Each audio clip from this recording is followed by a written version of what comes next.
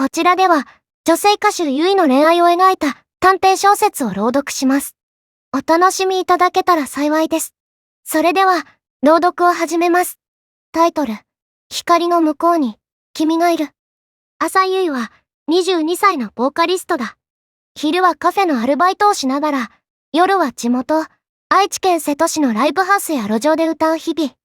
夢はいつか自分の歌で多くの人の心を動かすこと。だが現実はまだ遠く、暮らしは決して楽ではない。そんなゆいを支えてくれているのが、恋人の志田正樹だった。二人は高校時代からの付き合いだ。正樹は今、調理師として瀬戸市のベーカリーカフェで働いている。仕事でどんなに疲れていても、ゆいのライブがあるときは必ず顔を出し、差し入れを手に、今日も聴けてよかったと微笑む。半同棲のような生活も、もう自然になっていた。ゆいのワンルームには、正樹の調理器具やエプロンが置かれているし、休日には二人で買い物に行き、一緒に料理を作る。ゆいのハンバーグ、もうちょっと塩が少なめの方が好きかも。こっちの方がご飯進むでしょ。そんなやりとりが当たり前の日常になっていた。ある夜の路上ライブも、正樹は仕事終わりに駆けつけていた。冷え込む空気の中、ゆいはオリジナル曲光の向こうを歌い終え、深く息を吐く。拍手の中から聞き慣れた声が飛んだ。今日の歌、すげえよかった。なんか胸に染みたよ。差し入れの温かいスープを手に、正樹が笑っていた。ありがとう。正樹がいてくれるから歌えるんだよ。ゆいも微笑み、自然に腕が正樹の腕へと絡んだ。二人の絆は揺るぎないものだと信じていた。けれど、転機は突然やってきた。その日も路上ライブを終え、ゆいが機材を片付けていると、一人の女性が近づいてきた。ここ最近は何度もライブに足を運んでくれている女性だ。ゆいも彼女の存在には気づいており、真剣に自分の歌を聴いてくれる姿が少し気になっていた。浅井さん、ですよね。落ち着いた声に、綺麗にまとめられた肩までの髪。ゆいより少し年上に見えた。私、川瀬美咲と言います。志田さんと同じ店で働いています。名前に聞き覚えはなかった。けれど次の言葉が、ゆいの胸を突き刺した。私、志田さんのことが好きです。将来、一緒にお店を持ちたい。料理を通して人生を共に歩んでいきたいんです。ゆいは返事もできず立ち尽くした。女性の眼差しは真剣そのもので、冗談や挑発ではないことは一瞬で分かった。ぶしつけですみません。でも、私は本気なんです。では、失礼します。軽く頭を下げ、川瀬は去っていった。残されたゆいは、冷たい風の中でただ震えていた。帰宅しても、心は落ち着かなかった。キッチンに立っても手が止まり、包丁を握る指が震える。正樹にとって、私は本当にいいパートナーなのかな。胸の奥から不安が膨らむ。自分は歌という不安定な夢を追っている。対して川瀬は、正樹と同じ料理の道を歩み、将来を語れる相手だ。そちらの方が正樹にとって幸せなのではないか。そんな思いが離れなかった。それからというもの、ゆいの態度はどこかぎこちなくなった。笑顔は減り、正樹の言葉に素直に返せない。そんな変化に正樹が気づかないはずがなかった。ある夜、二人きりの部屋で正樹が切り出した。なあ、ゆい。最近、なんか変じゃないか？俺に隠してることあるだろ？その真剣な声に、ゆいの心は限界を超えた。涙がこみ上げ、唇が震える。この前、正樹の職場の人に会ったの。川瀬さんって人。あの人、正樹のことが好きなんだよね。それで、将来、一緒に店をやりたいって言ってた。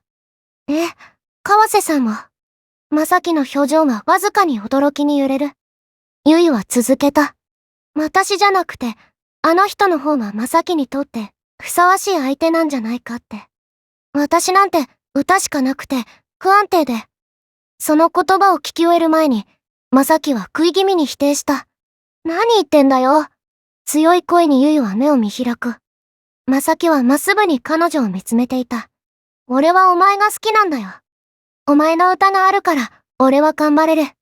誰が何を言おうと関係ない。俺の人生のパートナーはゆいしかいない。抑えていた涙が溢れた。ゆいは泣きながら正樹にしがみつき、声を震わせる。本当に、私でいいの？俺の隣には、お前しかいらない。当たり前だろ？その言葉に、ゆいの胸に積もっていた不安はゆっくりと溶けていった。数日も、ゆいは再び路上に立った。冷たい夜風の中、マイクを握る指先に力が宿る。歌い出した声は、これまで以上に澄んで、強く響いていった。人々が足を止め、耳を傾ける。その中に、いつものように正樹の姿がある。腕を組み、穏やかな笑みで見守っている。光の向こうには、あなたがいる。歌詞の一節を口にしたとき、ゆいの視線は自然と正樹に向かった。正樹もまた彼女を見返し、軽くうなずいた。歌い終えた瞬間、胸の奥に確かな確信が生まれる。この声も、この夢も、そしてこの恋も、全部を正樹と共に歩んでいける。ゆいはマイクを下ろし、夜空を見上げて深く息を吸った。彼の存在がある限り、どんな未来も恐れることはなかった。皆さんこんばんは。今日は短編小説「光の向こうに君がいる」の朗読をお届けしました。ボーカリストとして夢を追う浅井結衣さんと彼女を支える恋人の志田正樹さん、そして突然現れる川瀬美咲さん、彼らの織りなす人間模様に私たちも深く感情移入してしまいました。今回はこの小説を題材に恋愛における信頼と自己肯定感について少し心理学的な視点も交えながら掘り下げていきたいと思います。はい、まずは物語の導入から振り返ってみましょうか。ゆいさんとまさきさんは高校時代からの恋人で半同棲状態。まさきさんは調理師として働きながらゆいさんの夢を献身的に支えていました。そうですね。ゆいさんのライブには必ず駆けつけ、今日も聞けてよかったと微笑む。温かいスープを差し入れ、休日は一緒に料理を作るなど、まさに理想的なパートナーシップに見えました。お互いの存在がそれぞれの光のような、そんな関係性でしたよね。2人の間に築き上げられた飾らない日常と深い信頼関係がうかがえます。ですが、この幸せな日常にある日突然大きな波が押し寄せます。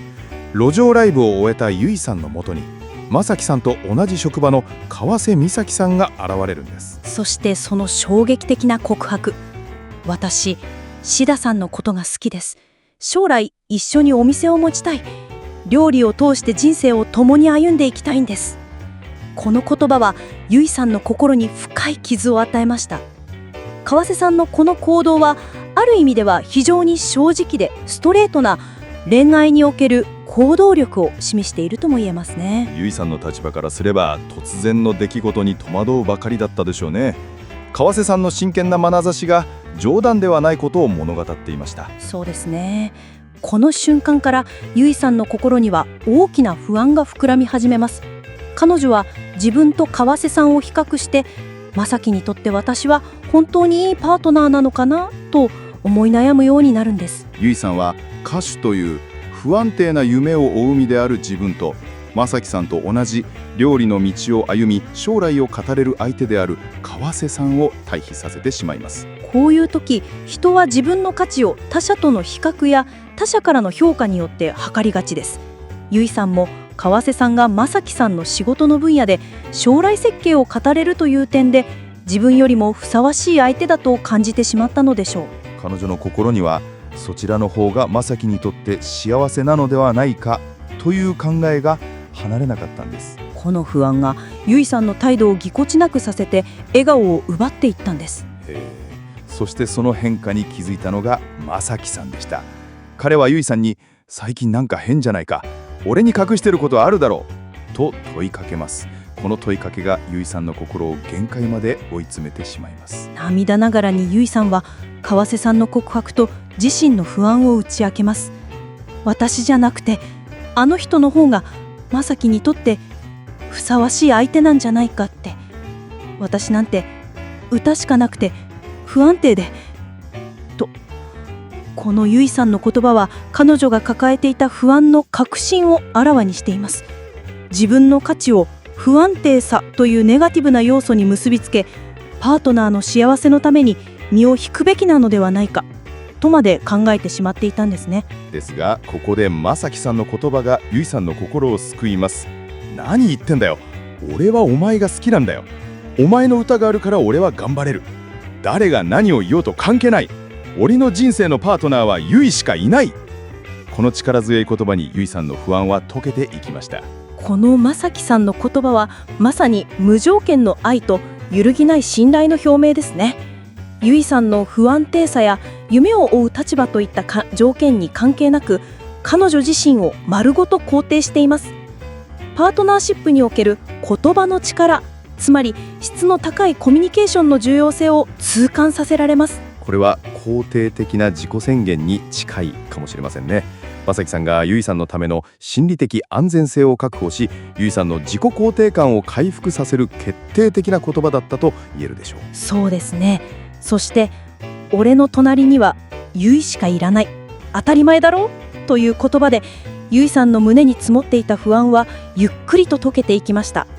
この瞬間にゆいさんは正樹さんの愛を心から信頼することができたのだと思います。この物語はパートナーシップにおいて相手の存在を無上限に肯定し、揺るぎない信頼を言葉と行動で示すことの重要性を教えてくれているように感じます。正樹さんは日頃からゆいさんのライブに駆けつけ、差し入れをするなど行動でも愛を示していました。言葉だけでなく、そうした行動の積み重ねがあったからこそ、正樹さんの力強い言葉がゆいさんの心に深く響いたのでしょう。そしてその愛を受け止めたゆいさんは、数日後には以前よりも力強く歌えるようになります。この声もこの夢も、そしてこの恋も、全部を正樹と共に歩んでいけるという確信を得て、彼女はもう未来を恐れることはありませんでした。まさに光の向こうにはあなたがいるというタイトルそのものですね。本当に美しい結末です。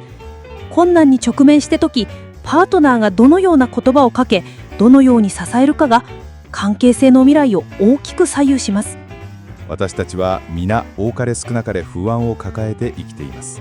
そんな時、隣にいる人が自分を丸ごと受け入れて信じてくれる存在であることのありがたさ、そして自分もまたパートナーにとってそのような存在でありたいと願う、そんな気持ちにさせてくれる物語でしたね。